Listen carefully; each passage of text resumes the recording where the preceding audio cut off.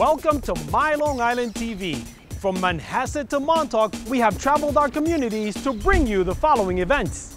I'm your host, Waldo Cabrera. My Long Island TV starts now.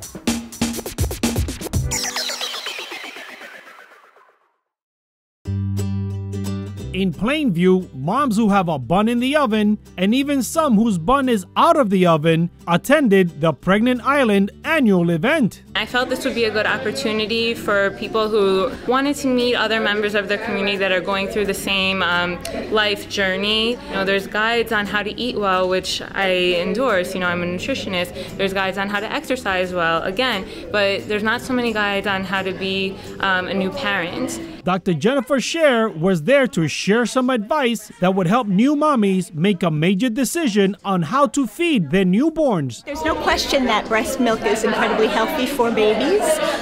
It provides the best nutrition and all sorts of immunologic factors, but women have to choose for themselves what they need to do. They have to factor in their life circumstances and make the choice that they want. Don't give up on breastfeeding because you don't think it's going well. There's help out there for you. Her advice on breastfeeding was quickly appreciated. I'm a lot more relaxed about nursing and everything that they were talking about. Again, as they were saying it, was like, okay, I wish I'd almost been to something like this the first time around because now I feel like a pro and I'm not nervous at all.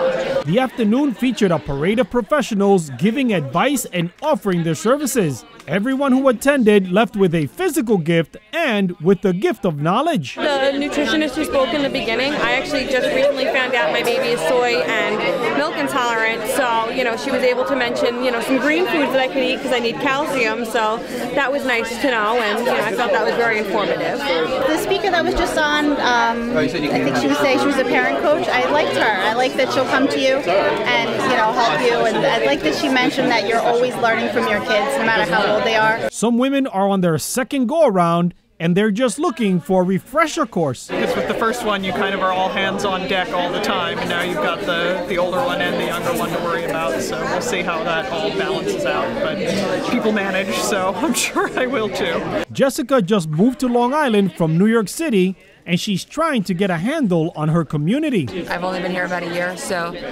you know, the idea of being able to meet some of the local people and local things that are available. I have a 3-year-old at home, so, you know, there's a variety of things that could be useful to me.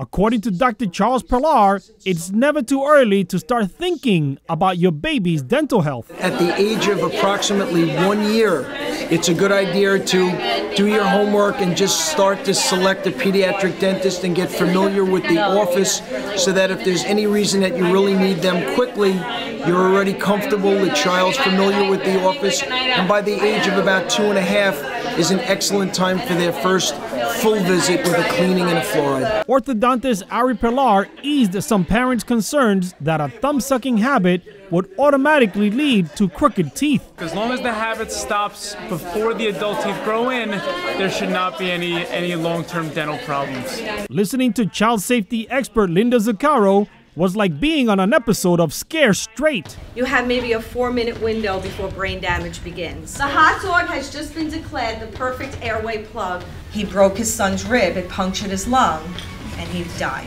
She might as well have been texting because the guy in front stopped short and she crashed her car. Teach them the concept of the word cough. Over 95% of car seats inspected now are installed incorrectly. She brings up these extreme cases because the best emergency is no emergency. I tried to give them scenarios so that they're more aware of how children are vulnerable and how vigilant you have to be so that they'll practice prevention and then hopefully never have to use the life-saving skills that they learn in a workshop.